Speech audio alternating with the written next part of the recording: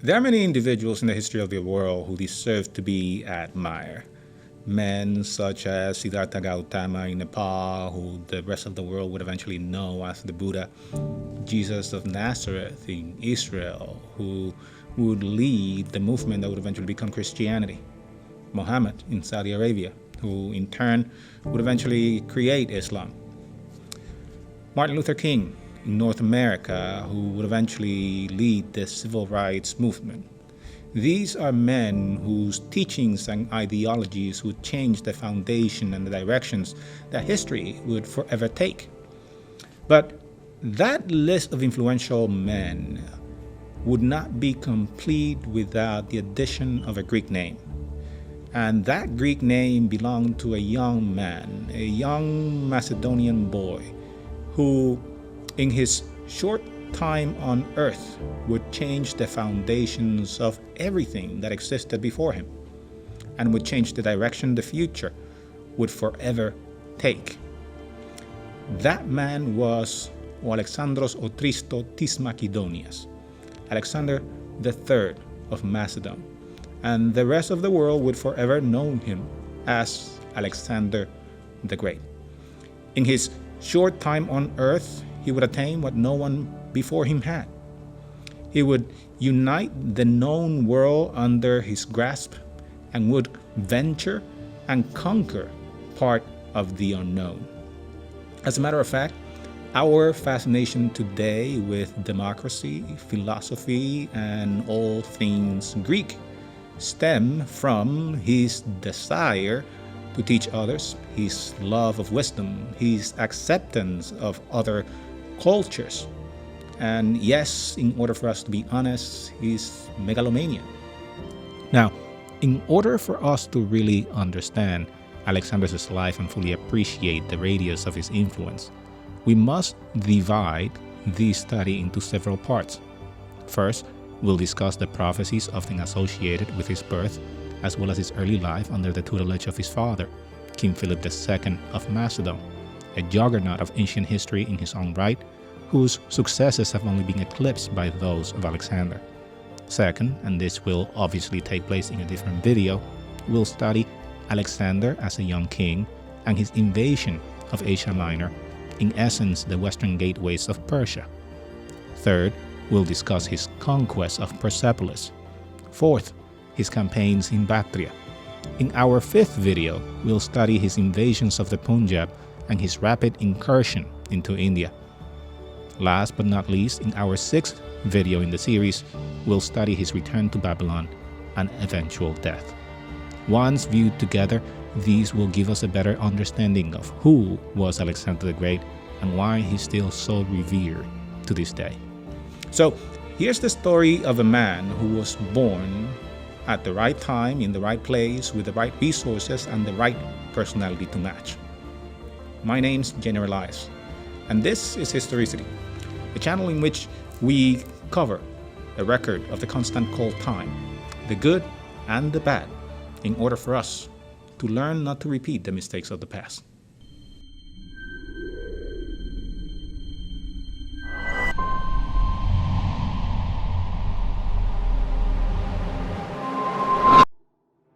Like all great ancient legends, the story of Alexander the Great started with a prophecy. First, according to Plutarch, Olympias, Alexander's mother, dreamt before consummating her marriage with King Philip II of Macedon that a thunderbolt penetrated her from the sky and kindled a great fire that spread all around them and eventually was extinguished. That was not the only prophecy accompanying Alexander's birth. According to Ephraim of Syme, the second sign came to King Philip II himself, who dreamt one night that he had taken a seal in hand and stamped the womb of his wife Olympias with an image that would become symbolic of his son, the head of a lion. Desperate for interpretation, a common practice in ancient Greece, Philip II ran to Aristotle of Thelmissus, a seer who would eventually interpret omens for both him and his son. And, since men do not seal empty vessels, Aristotle interpreted the dream to mean that Olympias was indeed pregnant and would bring forth a son, and that he, the son, would be bold like a lion. Many other divine signs accompanied Alexander's birth. As we all know, in hindsight, they were quite possibly nothing but propaganda, quite possibly perpetuated by Alexander himself before and or after his conquest. One expressed that he wasn't really the son of King Philip II at all, but the son of Zeus, the king of the gods. It stated that Philip II, jealous of his wife and fearing her love and constant company of snakes, would spy on her through the peephole of her door, until one day he saw her in the embrace of a god in the form of a snake. For that imprudence, he was told he would lose the eye with which he saw it all. And later, as we all know, he was struck in the battlefield in the eye by an arrow, an injury which would become his trademark until the discovery of his tomb and the identification of his bones in Vergina, northern Greece, in 1977. It is believed Alexander himself as a boy used to spread the rumors that he was the son of a god. According to Plutarch, his mother would demand, "Alexander must cease slandering me to Hera." Hera, as we all know, was the wife of Zeus, and was incredibly jealous herself and known for taking revenge on her husband's conquests. Think of Io and Callisto. But she herself could have been the source of these rumors, according to some accounts. First, they would deter anyone from challenging Alexander, in case of angering his real father, Zeus, the king of the gods. And second, it served as a political tool to deter any possible claims to the Macedonian throne against Alexander's, a demigod. Olympias, his mother, feared that since she was not Macedonian and Alexander was only half Macedonian, that would hinder his rise to the throne.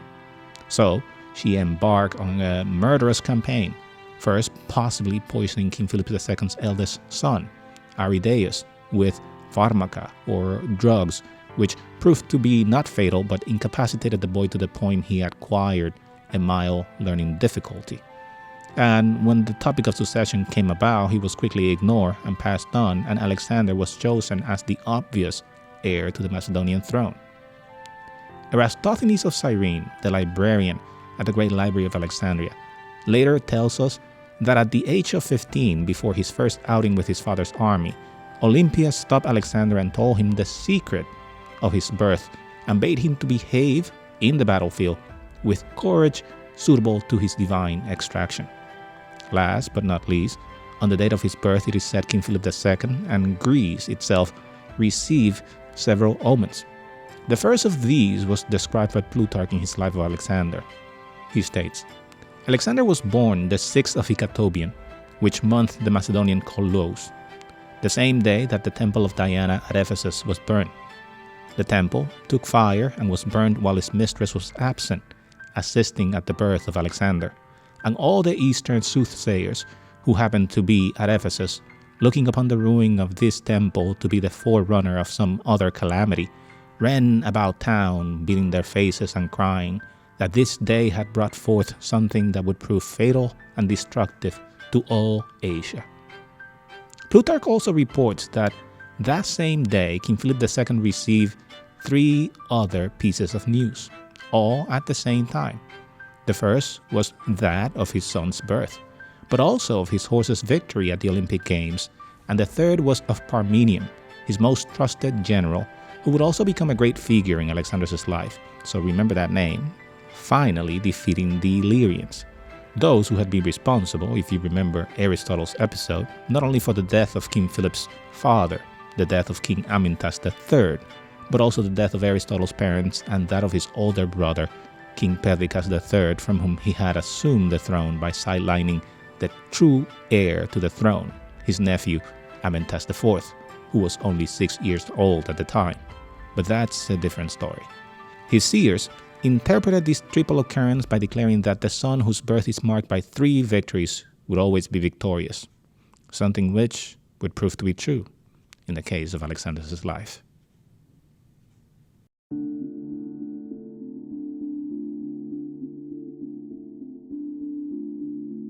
By Plutarch's account, Alexander was born on the 6th of July, 356 BCE. As a young man, he was serious, committed, ambitious, yet impetuous and violent. He also did not pursue the adulation of the masses as his father did. Instead, he held himself to a higher standard, wanting to achieve fame, not for the love of the people, but to add his name to the legends of the great men still being told in Greece during his day. It is said that when asked to compete in the Olympic Games on account of his speed, he responded, "Yes, if I could have kings as my opponents." He was also cunning, incredibly smart and studious, and wanted by all accounts to surpass the greatness of his father. It is said that once he complained to his friends after one of Philip's victories, "Boys, my father will anticipate everything, and for me, he will leave no great or brilliant achievement to be displayed to the world with your aid." As the Prince of Macedon, he was taught by many. The primary person in charge of his temperament and education as a boy was a man named Leonidas of Epirus, the homeland of Olympias, Alexander's mother, and who would not carry the title of tutor, but would be called Alexander's foster father and preceptor. Another of his early teachers was Lysimachus of Chaeronea. But after the legendary episode through which Alexander came into the possession of Bucephalus, his horse, King Philip II decided that Alexander needed the education of the best and brightest in the world. So he sent out for Aristotle to teach the young boy. And as payment for such an education, he made a deal with the philosopher unlike any other in ancient history: the rebuilding of his hometown of Stagira, a city previously destroyed by Philip II himself, and the repopulation of the streets with the surviving inhabitants, including those who found themselves in bondage and slavery.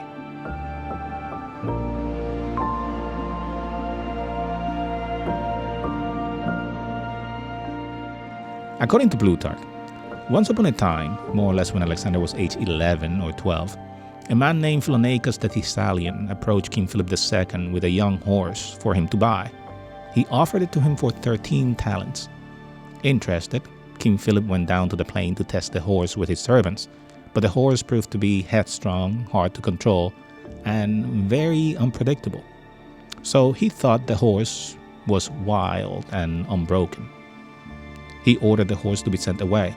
Alexander, who was close by, openly criticized his father's decision and the ability of his men by exclaiming, "What a horse they are losing, because, for lack of skill and courage, they cannot manage him."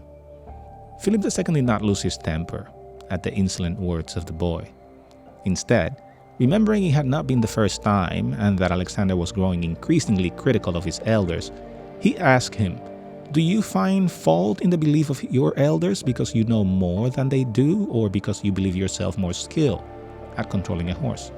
To which Alexander quickly replied, "Because I can control this horse better than others have." Philip II thought about it for a moment and, wanting to teach the young boy a lesson, then added, "And if you cannot, what penalty will you pay for your insolence?" To which Alexander confidently replied, "I would pay you the price of the horse." They both laughed and agreed upon the wager.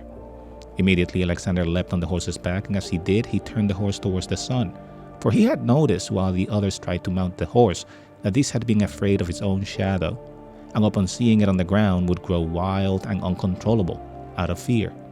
Then he rode the horse lightly for a bit without forcing him or causing him distress, and once he noticed that the horse had lost the fear with which it had been stricken and was ready for the course, he pushed the horse to its full potential.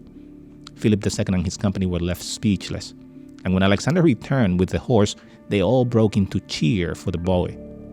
It is said by Plutarch that Philip even cried tears of joy, and when Alexander dismounted the horse, he even kissed him, saying, "My son, seek thee out a kingdom equal to thyself. Macedon has not room for thee." That's when he realized that regular teachers wouldn't be enough for Alexander. So he sent for the best the world at the time could offer, and was willing to pay any price.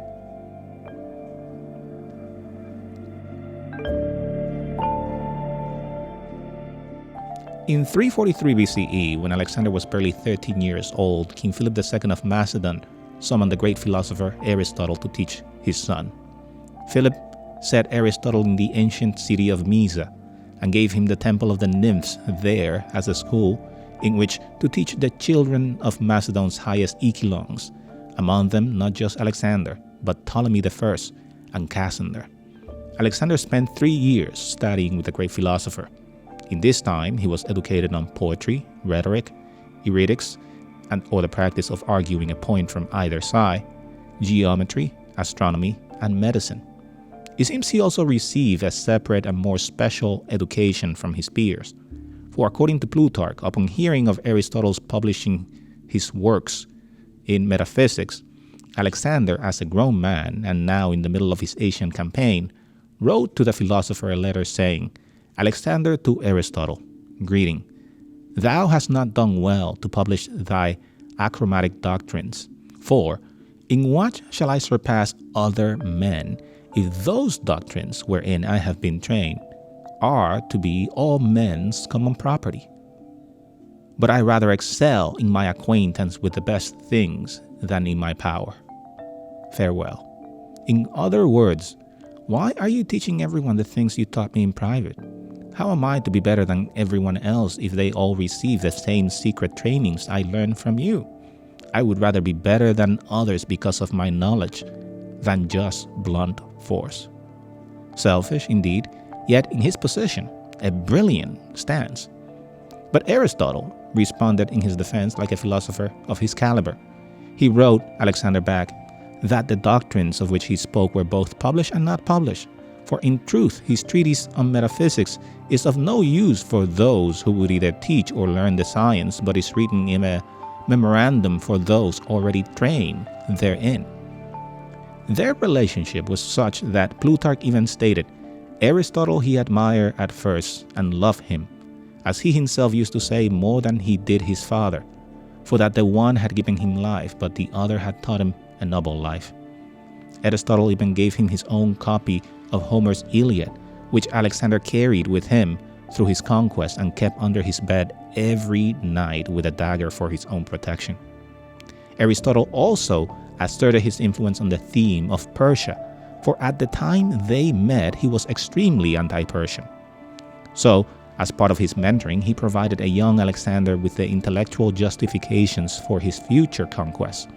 He advised Alexander to be a leader to the Greeks and a despot to barbarians, to treat the first as friends and the latter as beasts or animals. But as Alexander grew older and started hiring and relying more on the military and administrative work and trust of foreigners, their relationship suffered and seemed to have dissolved, for according to Plutarch, later, however, he, Alexander, held him, Aristotle, in more or less of suspicion, not to the extent of doing him any harm, but his kindly attentions lacked their former ardor and affection towards him, and this was proof of estrangement. However long or short their relationship, the connection to the philosopher forever influenced Alexander, and embedded in his nature a love and yearning for knowledge which only grew as he became older and never subsided.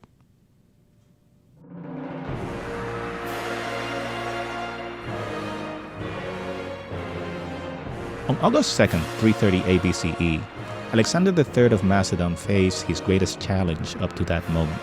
His father had declared war on the city of Athens and Thebes.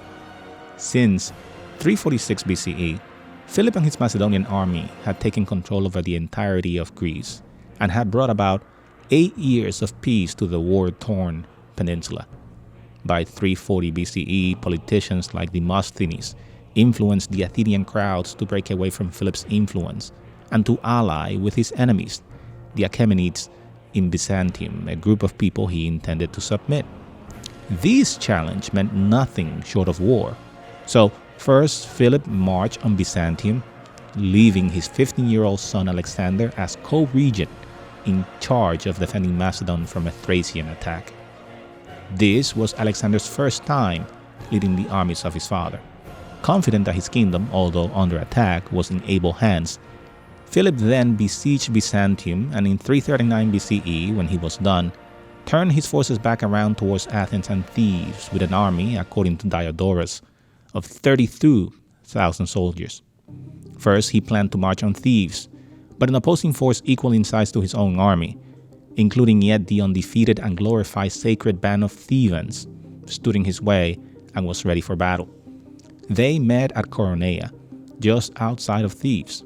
Philip led the right flank of his army, while his now 18-year-old son Alexander led the left flank accompanied by some of the king's most trusted generals.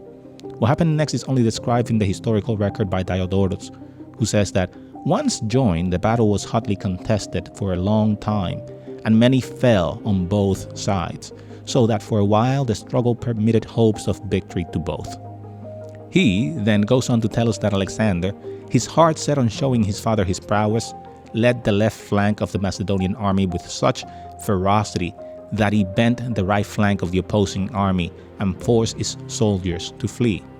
In the Stratagems of War of Polyaenus, written in the 2nd century BCE, and the Stratagem of Sextus Iulius Frontius, written in the 1st century AD, the prolonged duration of the battle is attributed to King Philip II's strategy. For, knowing he had the most experienced soldiers at hand, he attacked and retreated, motivating the Athenians to chase his soldiers, only to turn around and attack again, while in the process tiring the pursuing Athenian forces. On the other flank, Alexander held his ground fiercely. Plutarch states that he was first to break the ranks of the sacred band of Thebans, which met the spears of the Macedonian phalanx face to face. At the end of the battle, Plutarch states that all 300 members of the sacred band of the Thebans lay dead along with 4,000 other Athenians and Thebans. 2,000 more were taken as prisoners of war by the Macedonians. Alexander's fierceness and bravery was not ignored by his father's generals. He was declared the hero of Chaeronea, and Plutarch even states that his father's soldiers started chanting Alexander is king and Philip his general. Philip was incredibly proud of his son and knew that in him he had a proper heir, but in the end he was the one to win the most. With his victory at Chaeronea, he accomplished the first step towards his most ambitious goal. He unified Greece under a solid alliance, the League of Corinth, also known as the Hellenic League, with him as the hegemon at the head of every Greek city-state, all working together towards a common goal, the invasion of Persia.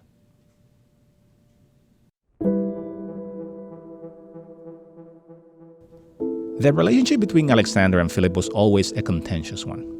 Alexander's short temper, as well as his acid tongue, were evident in several episodes surrounding his relationship with his father. One of the first, and previously mentioned, took place when he was just a young boy and first met Bucephalus. The second and most important took place at his father's wedding in 337 BCE, when he was just 19 years old. You see, King Philip was incredibly proud of his son, as we already mentioned, but thanks to the machinations of Olympias, the mother, Alexander always saw his affection with suspicion. In 337 BCE, King Philip fell in love again, this time with a young maiden named Cleopatra Eurydice. Now, at the wedding, Attalus, the girl's uncle, made an imprudent toast that angered Alexander. Attalus called upon the Macedonians to ask the gods that from Philip, a full Macedonian, and Cleopatra, a full Macedonian, there might be born a legitimate successor to the kingdom. At this, Alexander was exasperated, and with the words, "But what of me, base wretch? Dost thou take me for a bastard?" threw a cup at him. Then, according to Plutarch, Philip stood up in anger and took sword in hand against his son, but being too drunk, tripped over and fell, to which Alexander then exclaimed, "Look now, man, here is one who was preparing to cross from Europe into Asia, and he is upset in trying to cross from couch to couch."